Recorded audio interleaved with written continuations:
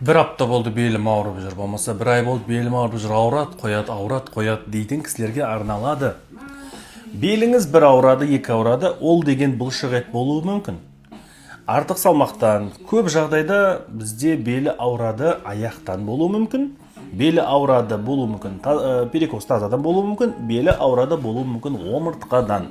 Осы үш диагностиканы білетін болсаңыз, сіздің нақты қай жеріңіз ауыратынын білетін боласыздар. Бірінші, тұрған кезде ауырама, әлде отырған кезде ауырама, әлде жатқан кезде. Осы үшеуін жатқа біліп алыңыз. Тұрған кезде ауыратын болса, сіздің беліңіз, я болмаса арқаңыз, мойныңыз, ол аяқтағы және балтыр, икроножные мышцы дейді. Содан басталуы мүмкін. Екінші, егер сіз отырған кезде ауыратын болса, отырған кезде қимыл қозғалыста уже беліңіз ауыратын болса, ол сізде жамбы